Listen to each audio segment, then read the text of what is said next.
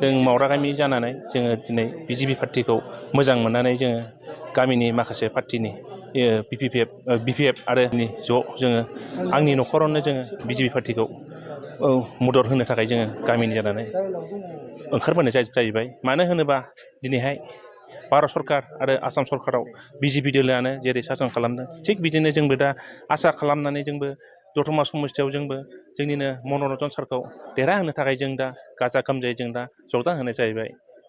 बेखिनिखौ बुंनानै आङो मिडिया बिथांमोन आंथ' सिगाङाव बिपिएफ दोलोआव आङो 2005निफ्राय फैयै फैनायजों दिनैसिमाव आङो बिपिएफआव दंमोन। नाथाय आं दिनै आङो ओरैनोथ' सिगाङाव आङो माबा बिसिडिसिनि मेम्बारबो जाबोदों।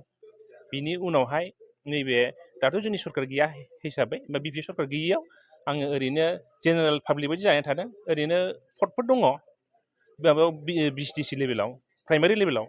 ओमफ्राय दा माने कार्जकथि गैयैखाय जोङो ओंखारनाय जायाखै।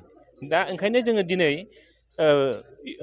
जोङो बिपिएफ हान्जामोन सिगाङाव। दा जोङो आंजों लोगोसे गामिनि माखासे जोंनिनो मावथि सांग्रां बिथांमोनखौ लोगो लानानै आङो बिजेपि सरकाराव जगदान होनाय जाहैबाय आरो। दा जोङो मावरा गामिनिफ्राय जों दिनै 13था न'खरा फैग्रोनाय जाहैबाय आरो उनाव लासैनो जों बोबावगोन।